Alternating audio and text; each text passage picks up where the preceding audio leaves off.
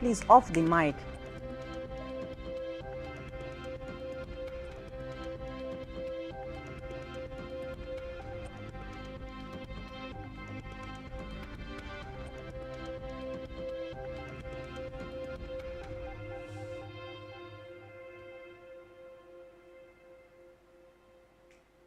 Hello and welcome to Spectrum News at this hour. I am Janice Cobham, coming to you live from the beautiful hills of Ibiakuran. Let's take a look at the headlines. Federal government alerts ports, land borders over Marburg virus. INEC assures Nigerians 2023 polls will be our best so far. Plus, China endures summer of extreme weather as scorching heat wave causes havoc. We will bring you details of these stories and more in a moment.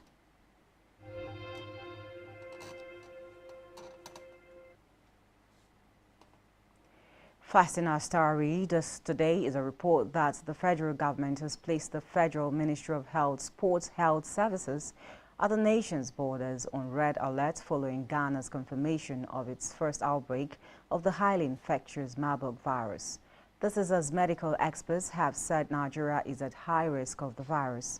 Speaking in an interview with newsmen, the Director General of the Nigeria Center for Disease Control, NCDC, Dr. Ifedayo Adetifa, said a risk assessment has been conducted and the country is at moderate risk of the virus. Recall that the World Health Organization confirmed the outbreak on July 17 after 2 unrelated people died after testing positive for the virus. The 2 patients from the southern Ashanti region had showed symptoms including diarrhea, fever, nausea, and vomiting. In the meantime, the Nigerian Medical Association also called for immediate containment measures at the entry points as well as increased awareness of the disease. The NMA President, Dr. Uche Ujima, said there should be increased vigilance and surveillance at the entry points.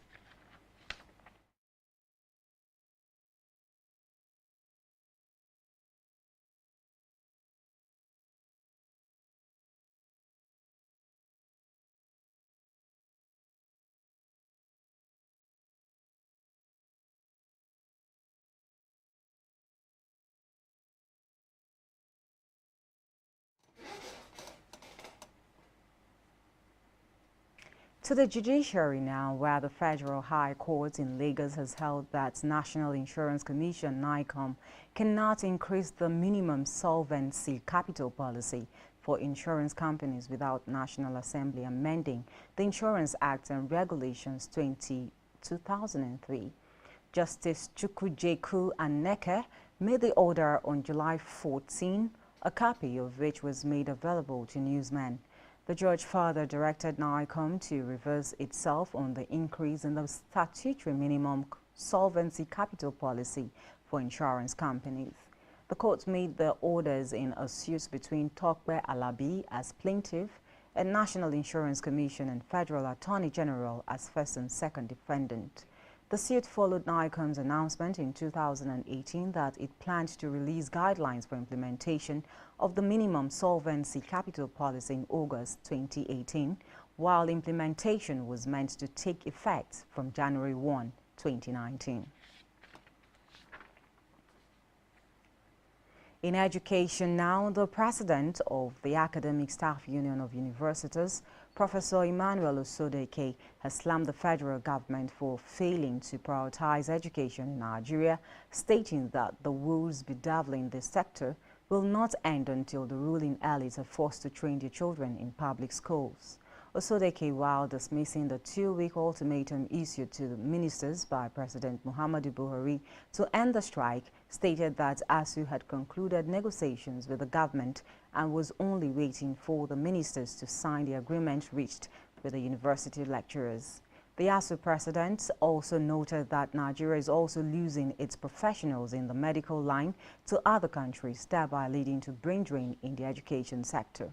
Recall that President Buhari yesterday directed the Education Minister to profile a solution to the continued industrial action by the lecturers and report back to him in 2 weeks. He also instructed the Minister of Labour and Employment, Chris Ngige, as well as the Secretary to the Government of the Federation, Bas Mustafa, who were also present, to be in attendance in all the meetings to speedily resolve the crisis.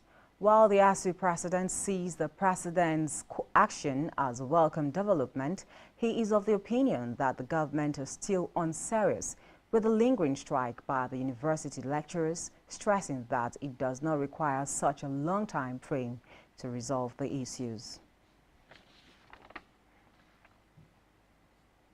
On the betterment of the National Youth Service Corps, a civil society organization Center for Social Justice, Equity and Transparency, SESJET, has again called on President Buhari to sign into law the National Youth Service Corps NYSC Trust Fund, TF bill that was recently passed by the National Assembly. Executive Secretary of SESJET, Isaac Ikba, who spoke at a news conference in Abuja, said provisions of the NYSC Trust Fund TF will address challenges faced by the youthful population. He said SESJET's acceptance of the NYSC TF was born out of its rich provision, which touched on critical youth development and empowerment areas.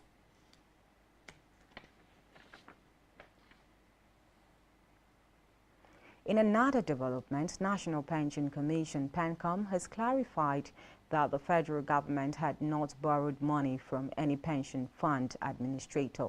PENCOM's head of corporate service, Abdul Kadir Dahiru, stated this in Abuja while speaking at the stakeholders forum organized by the Public Complaints Commission, noting that the clarification was in response to complaints that a large chunk of the government's recruitment spending was by borrowing from pension funds.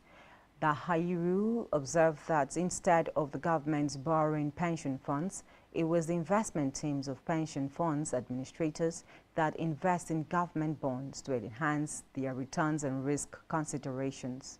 Recall that some stakeholders had raised the alarm that the government was borrowing from pension funds, posing threats to contributors.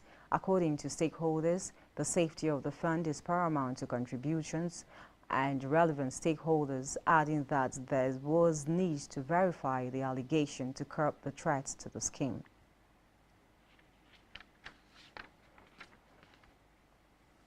On electoral matters, the Independent National Electoral Commission (INEC) has promised that the 2023 general elections will be the best in the chain of elections it has so far conducted.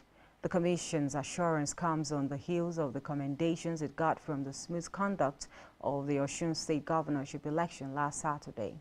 INEC Chairman Professor Mahmood Yakubu spoke when he hosted delegations of the International Republican Institute (IRI) and the National Democratic Institute in Abuja. Yakubu, however, admitting that much work still needed to be done, hinted that 2023 general elections will be INEC's best election ever.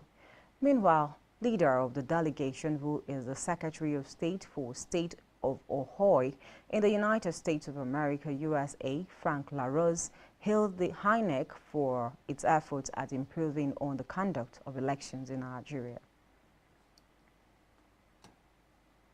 In politics, amid the reaction over single faith, joint tickets and barring, the All Progressives Congress (APC) has said it will formally unveil its vice presidential candidate Kashim Shettima to the public. The party's national organizing secretary Suleiman Muhammad Arugungu made this known in an interaction with newsmen. The development puts to halt speculations that the presidential candidate Asiwaju Bola Ahmed Tinubu will drop Shettima in defense to agitations by Christians and other well-meaning Nigerians opposed to the Muslim ticket of the party. Reports say the unveiling will be witnessed by members of the National Executive Committee (NEC), Progressive Governors Forum, APC caucus in the National Assembly, members of the Federal Executive Council (FEC), presidential aspirants at the June Special National Convention and APC State Chairman, amongst others at the Shehu Musa Yaradua Center, Abuja. In the meantime, governors of the 36 states of the Federation have congratulated the governor-elect of Osun State, Ademola Adeleke, on his recent victory at the poll. Chairman of the Nigerian Governors Forum (NGF) and Ekiti State Governor Kayode Fayemi in a letter declared the support of the governors for the incoming member of the forum. According to him, the NGF looks forward to working with Adeleke and is committed to providing him with outstanding services in line with global best practices. The governors wished the governor-elect God's guardian strength, direction and wisdom to deliver on his mandate to the people of Osun State. Back here in Akwa Ibom State government has approved the payment of gratuity to retired primary school teachers in the state. The acting chairman of the State Universal Basic Education Board, SUBEB, Inyobong Akpan, who disclosed this, said the payment of the gratuity will be done in batches. According to him, the commitment of the government to pay the affected retirees was aimed at ameliorating the sufferings of the teachers, stressing that the governor, Udom Emmanuel, was determined to clear the backlog of gratuities in the state.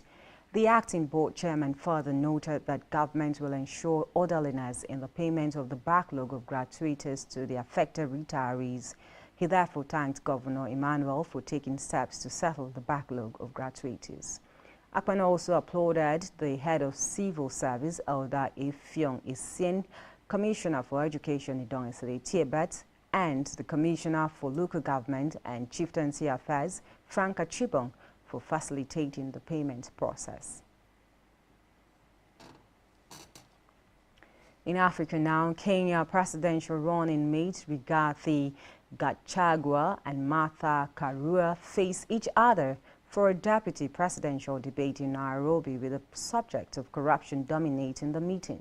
Recall that Gachagua was pinned on corruption last year.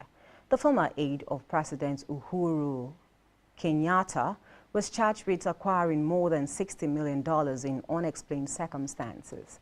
On her part, Karua, while defending her previous record as a minister, activist and member of parliament, said she would execute her roles in accordance with the law, a tacit attack on Ruto, who fell out with President Uhuru Kenyatta at the beginning of their second term.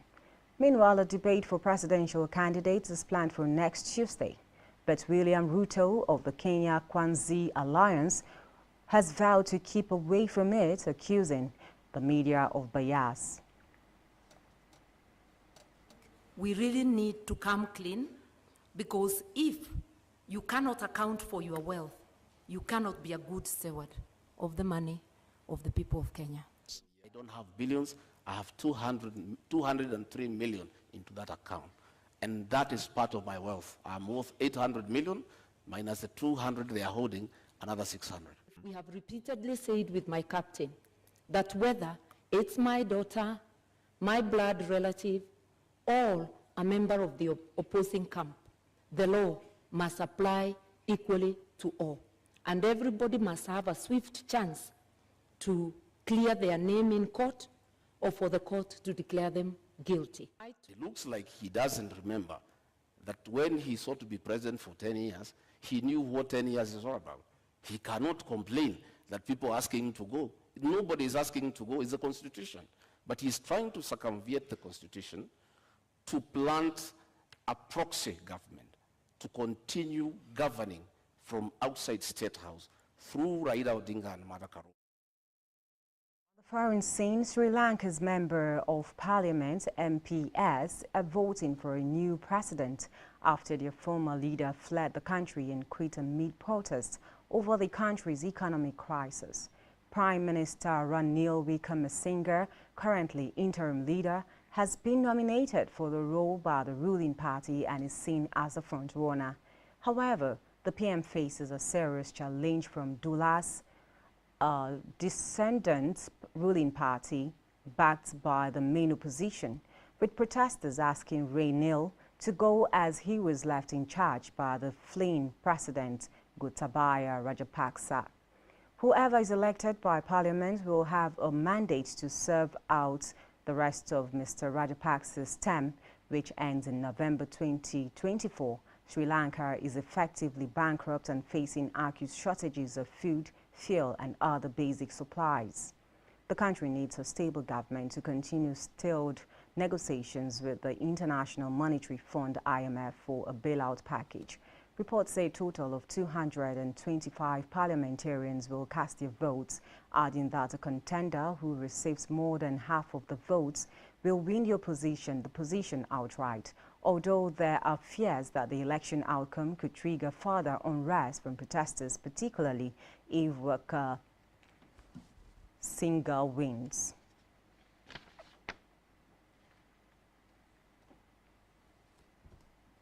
In another development, heat records have tumbled, with firefighters facing new blazes as much of Western Europe backed in a grueling heat wave. The UK, normally used to milder climates, has seen temperatures of more than 40 degrees Celsius for the first time. Meanwhile, Germany saw its hottest day of the year so far, while Portugal raised its death toll after days of excess heat. Recall that deadly wildfires have swept the continent, and the UN's World Meteorological Organization, WMO, has warned the worst is yet to come.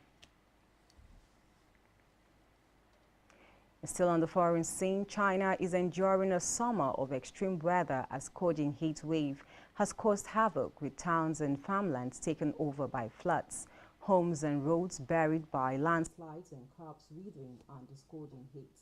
Scientists have been warning for years that the climate crisis would amplify extreme weather, making it deadlier and more frequent.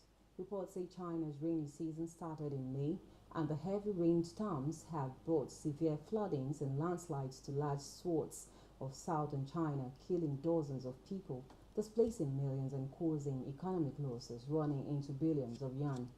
Recall that in June, extreme rainfall broke historical records in coastal Fujian province, as well as parts of Guangdong and Gyeonggi provinces.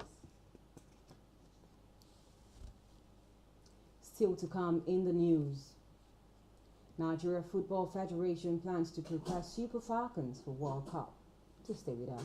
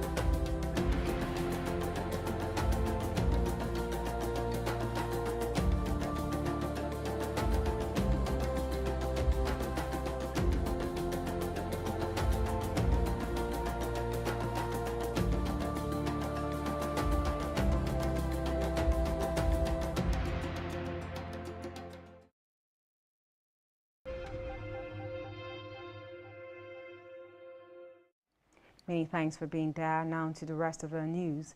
On our business news, the Monetary Policy Committee, MPC, of the Central Bank of Nigeria, CBN, has again raised the monetary policy rate from 13% to 14%. This comes barely 1 week after the National Bureau of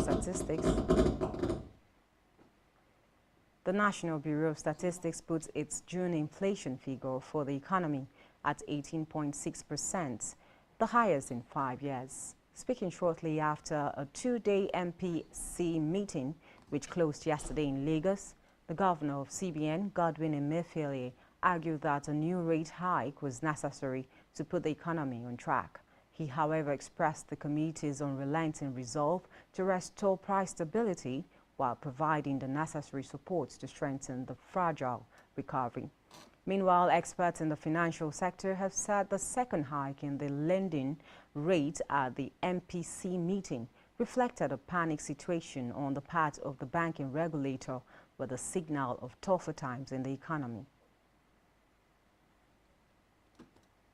In the meantime, the CBN governor, Emefiele, has said $10 billion is spent annually on medical and education tourism.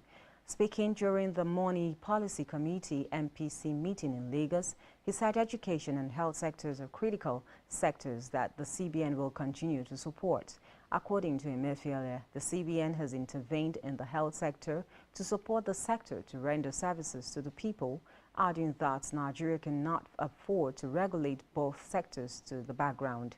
He called on government and relevant stakeholders to do their best to ensure medical and educational tourism is stopped and the forex used to further critical sectors of the economy. In health now, the Director General of the World Trade Organization, WTO, Ngozi Okonjo-Iweala, wants Nigeria and Africa to strengthen their manufacturing capacities in order to produce vaccines. Okonjo-Iweala said this during her visit to the Minister of State for Industry, Trade and Investment, Mariam Katugum, in Abuja, as a follow-up to the 12th WTO Ministerial Conference in Geneva, Switzerland. Okonjo-Iweala said the event of COVID-19, where developed countries placed restrictions on vaccines going to developing nations, should serve as an eye-opener to all. She noted that Africa imported 99% of its vaccines and 95% of pharmaceutical products, stressing that this was not good enough. She further said that the trade-related aspects of intellectual property rights TRIPS agreement had made provisions for any country with capacity to override patent rights and manufacture COVID-19 vaccines, urging Nigeria to rise up to the occasion. In sports, the Nigeria Football Federation (NFF) has hailed the heroic outing of the Super Falcons at the 2022 Women's African Cup of Nations after the semi-final 23 FIFA World Cup. President of the Nigeria Football Federation, Amaju Melvin Pinnick, who said Nigeria would have been happy to be in the final to chase a 10th title, stressed that the Falcons showed their strength by playing 50 minutes of the game with only 9 players without being defeated. Recall that while playing Morocco, the expulsion of midfielder Halima Tayonde in the 49th minute reduced Nigeria to 10 players, while that of forward Rasheedat Ajibade in the 70th minute cut Nigeria's playing strength to 9 during the drilling encounter. Meanwhile, the team is scheduled to play the United States women's national team in Kansas City and Washington, D.C. in September, and also to fly to Japan to take on the Asian team in Kobe in October. Still in sports, UNESL, organizers of the prestigious UNESL Boat Award, has announced Rivers United forward Chijioke Akuneto as winner of the award for the just concluded 2021-2022 Nigeria Professional Football League season. Instituted by West Africa's largest independent chemical as well as oil and gas engineering solutions company, the UNESL Boat Award seeks to instill greatness in players in the domestic top flight and celebrate their success story. High-flying Akuneto scored 19 goals during the just concluded season to finish ahead of other combatants as the UNESL Boat Award winner. On the entertainment scene, Nigeria superstar Dapo Oyebanji, popularly known as D'banj, has opened up on his humble beginnings before fame. The singer, who said it was not all bed of roses while he lived in the United Kingdom, revealed that he had to take up a security job where he worked 12 hours overnight to make a living. The Cocoa Master, during a chat with newsmen, noted that he knew he would become a star, so he decided to take the night shifts. Recall that D'banj became a big Afro-pop star after he returned to Nigeria with his friend and Iswal business partner Don Jazzy. They formed Mohit Records and signed the 5 music acts before the end of the record label after their split as business partners. Still on the entertainment scene, Nigeria singer Stanley Omar, popularly known as Omale, has opened up about his battle with depression. Omale, in a series of tweets on Tuesday, said he battled depression while recording his album Boy Alone. The Understand coroner said he also contemplated suicide before putting out the album in June.